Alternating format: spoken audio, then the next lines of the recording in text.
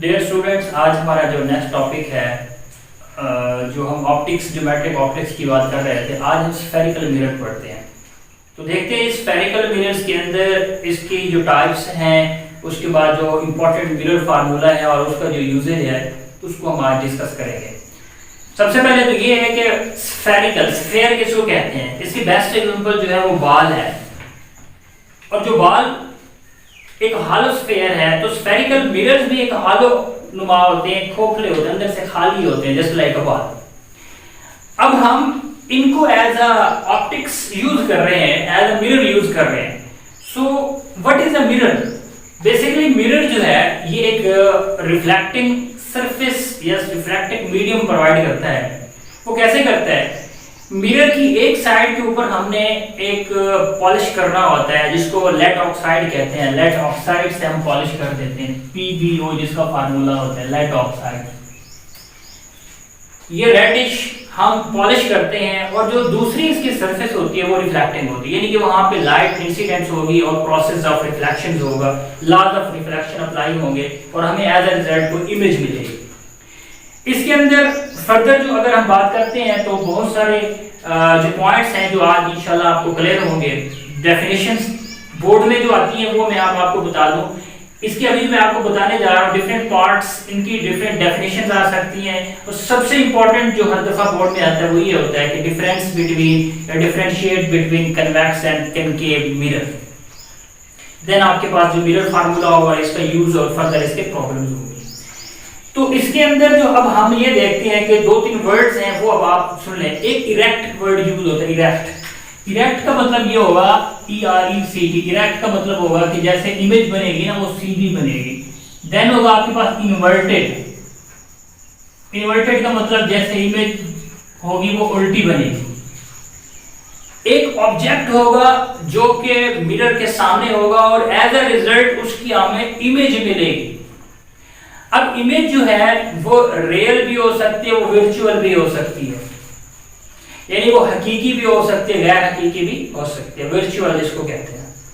हकीकी इमेज क्या होती है, वर्चुअल इमेज क्या होती है, इरेक्ट इमेज कब बनेगी और इन्वर्टेड कब बनेगी, और इसके डिफरेंट जो पार्ट्स हैं आज हम डिस्कस करते हैं। हमारे पास हमने दो मिरर कंसीडर किए हैं, और इन मिरर के ऊपर अब हम देखेंगे कि डिफरेंट जो डेफिनेशन है वो कैसे होंगे। सबसे पहले पोल होता है। पोल क्या होता है ये देखें कि पोल जो होता है, this is the central point. इस पोल को आप दूसरा नाम कहते हैं वर्टेक्स भी कहते हैं, वर्टेक्स VERTEX वर्टेक्स भी कहते हैं इस पोल को। ये जो पोल है इस कर्व का जो है ये मिड पॉइंट होता है, ये दरमियानी नुक्ता होता है जिसमें से फर्दर हमारे पास प्रिंसिपल एक्सिस गुजरेगा। इसको आप पोल या वर्टेक्स का नाम देते हैं। उसके बाद है centre of curvature. Centre of curvature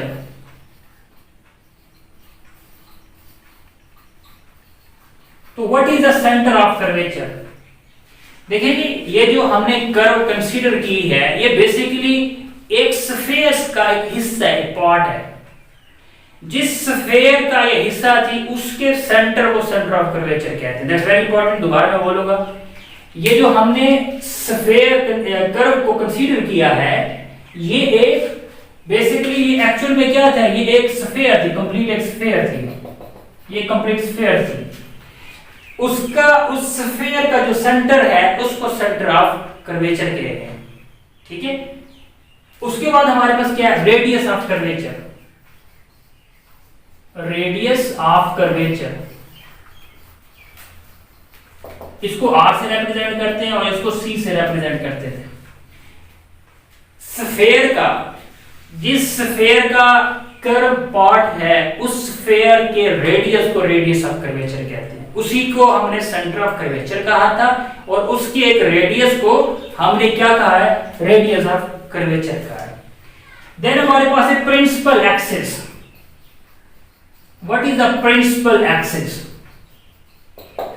Principal axis एक पैरेलल लाइन होती है जो ज्वाइन करती है, मिलाती है पोल को और सेंटर ऑफ कर्वेचर को। आप कह सकते हैं it is the joining line which joins pole and centre of curvature. ये पोल और सेंटर ऑफ कर्वेचर को आपस में मिलाने वाली लाइन को आप प्रिंसिपल एक्सिस का नाम देते हैं। ठीक हो गया। उसके बाद होता है हमारे पास प्रिंसिपल फोकस। प्रिंसिपल फोकस जिसको आप कैपिटल एफ से भी रिप्रेजेंट करते हैं। So what is a principal focus? देखिए अभी हम डिटेल के साथ पढ़ेंगे कि जैसे ही लाइट इंसिडेंट होगी और इंसिडेंट के बाद रिफ्लेक्ट होगी, वापस उसे मीडियम में जाएगी और उस वक्त हमारे पास एक इमेज बनेगी। लाइट जो है वो किसी एक नुक्ते के ऊपर फोकस होती है, किसी एक नुक्ते में से गुजरती है। After the reflection of light, light passes through a single point. That single point is called principal focus. ठीक हो गया कि लाइट जो है रिफ्लेक्शन के बाद एक सिंगल पॉइंट में से गुजरती है जहां पर इमेज ने बनना होता है, और उसको हमने क्या कहा? प्रिंसिपल फोकस का नाम दिया। उसके बाद एक और भी हमारे पास टर्म होती है फोकल लेंथ। फोकल लेंथ, इसको स्मॉल एफ से हम रिप्रेजेंट करते हैं, फोकल लेंथ। बेसिकली जो फोकल लेंथ है हमारे पास, ये प्रिंसिपल फोकस और पोल के दरमियानी फासले को कहते हैं, या आप ये कह सकते हैं it is the half of the radius of curvature, यानी कि ये रेडियस ऑफ कर्वेचर का हाफ भी होती है। ठीक हो गया। तो ये मुख्तलिफ टर्म्स थी जो आपने याद करनी है, जो आप फर्दर जो है इनको सॉल्व कर सकेंगे। उसके बाद हमारे पास स्फेरिकल मिरर्स को दो कैटेगरी में तकसीम किया गया है। एक को हम कहते हैं कनकेव और दूसरे को हम कहते हैं कन्वेक्स मिरर। जो कनकेव मिरर है इसको आप कन्वर्जेंट भी कह सकते हैं। दैट्स वेरी इंपॉर्टेंट, कन्वर्ज करना, कन्वर्जेंट मिरर। और जो कन्वेक्स है इसको आप डाइवर्जेंट मिरर भी कह सकते हैं, इसका दूसरा नाम है। अब इसको कन्वर्जेंट किसको कहते हैं, डाइवर्जेंट किसको? देखिए कन्वर्जेंट होता है किसी चीज को इकट्ठा करने वाला, एक ही पॉइंट से गुजारने वाला, और डाइवर्ज होता है किसी चीज को बिखेरने वाला। अब कन्वर्ज कैसे इसको कहते हैं, डाइवर्ज कैसे इसको कहते हैं, इसके डिफरेंस के अंदर सबसे पहले इसकी आपने डेफिनेशन लिखी है। अब इसकी डेफिनेशन क्या होगी, इसकी स्टेटमेंट क्या बनेगी? इसकी स्टेटमेंट बनती है कनकेव मिरर ऐसा मिरर होता है जिसकी अंदरूनी सतह, इनर सरफेस रिफ्लेक्टिंग होती है और आउटर सरफेस पॉलिश्ड होती है। जिसकी इनर सरफेस क्या हो जाती है? रिफ्लेक्टिंग हो जाती है। लाइट ने इधर इंसिडेंट होना है और इसके सामने ही इमेज ने बनना है। कन्वेक्स मिरर क्या होता है? ऐसा मिरर जिसकी आउटर सरफेस रिफ्लेक्टिंग होती है और इनर सरफेस पॉलिश्ड होती है।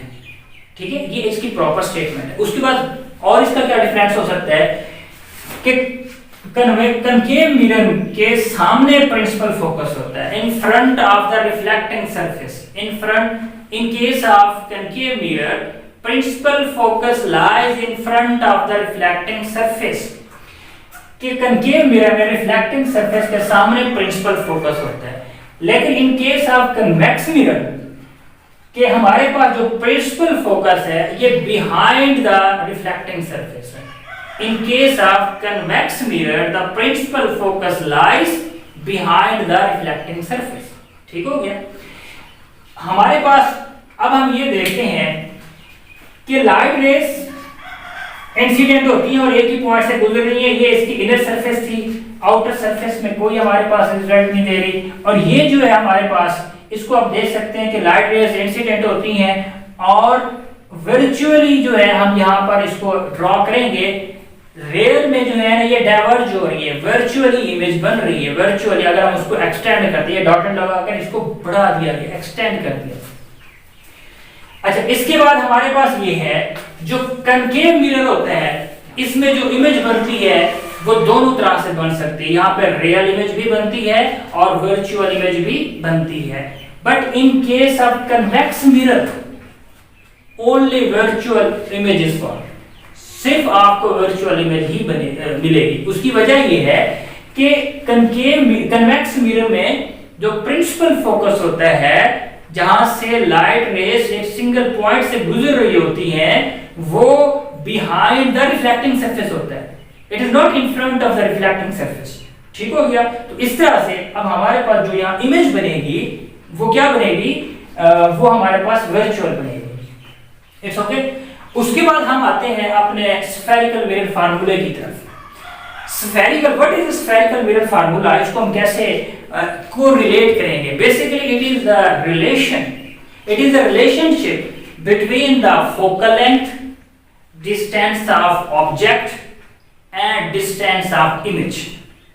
अब ये बातें जो कर रहा हूं इसको अब हम ऑप्टिक्स के अंदर जो फोकल लेंथ होता है उसको हम स्मॉल f से जाहिर करते हैं, और जो डिस्टेंस ऑफ ऑब्जेक्ट होता है उसको हम p से जाहिर करते हैं, और जो डिस्टेंस ऑफ इमेज है उसको हम q, स्मॉल q से रिप्रेजेंट करते हैं। अब ये जो डिस्टेंस मैं कह रहा हूं ये कहां से कहां तक का डिस्टेंस है, इसको समझने की जरूरत है। फोकल लेंथ तो हमारे पास हो जाती है, this is the half of the radius of the जो हमारे पास मिरर है, ठीक है, वो उसका हाफ हो जाता है। बट ये p और q क्या है? p जो डिस्टेंस ऑफ ऑब्जेक्ट है, basically it is the distance between the object and the mirror. Mirror और ऑब्जेक्ट के दरमियानी फासले को हमने p का नाम दिया। अगर हम यहां पर देखें तो हमारे पास जो p होगा वो ये है,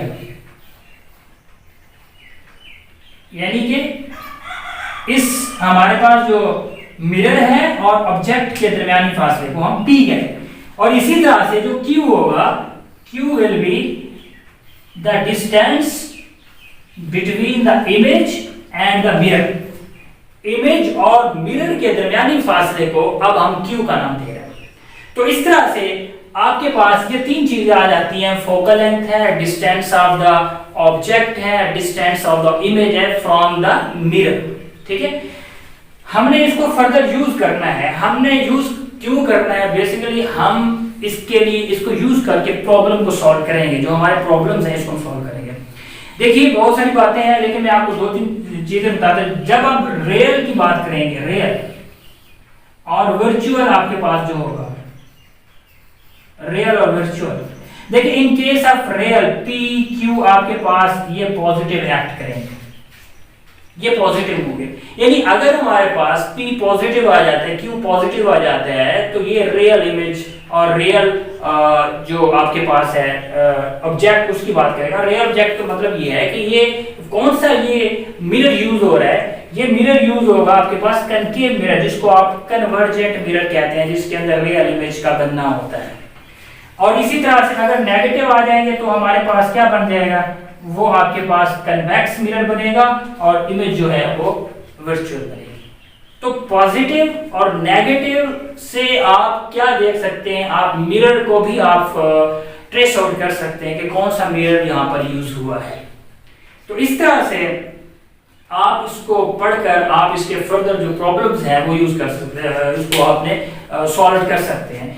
अब इसके अंदर आप इसको रीअरेंज भी कर सकते हैं। देखिए अगर आपने p निकालना है तो q इधर ले जाएंगे तो ये बनेगा 1/p 1/f माइनस 1/q हो जाएगा। अगर आपने q निकालना है तो ये आपको आप ये इसको इधर लेके जाएंगे तो आपके पास बनेगा 1/f माइनस 1/p बनेगा।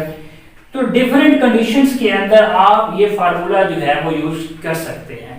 तो इस तरह से ये जो बेसिक चीजें मैंने आपको बताई हैं आपने इनको अच्छी तरह से याद करना है। और बोर्ड में दोबारा बताता चलूं जो क्वेश्चन बनेगा वो ये होगा, बोर्ड के अंदर जो क्वेश्चन होगा हमारे पास वो है कि आपने क्या करना है, जस्ट इसकी कनकेव और कन्वेक्स के डिफरेंशिएट करना है आपने, और उसके बाद आपने इसकी जो टर्म्स रिलेटेड टर्म्स हैं जो मैंने आपको बताया है, ये आपके पास सेंटर ऑफ कर्वेचर है, रेडियस ऑफ कर्वेचर है, फोकल लेंथ है, प्रिंसिपल एक्सिस है, प्रिंसिपल फोकस है, पोल है, इट्स ओके। इन सबको आपने याद करना है और मिरर फार्मूले को याद करना है। आई होप सो कि आप इसको अच्छी तरह से याद करेंगे, आप इसको पढ़ेंगे और इंशाल्लाह फिर नेक्स्ट टॉपिक में आपको मैं डिटेल से बताऊंगा। अल्लाह आपका हामी व नासिर।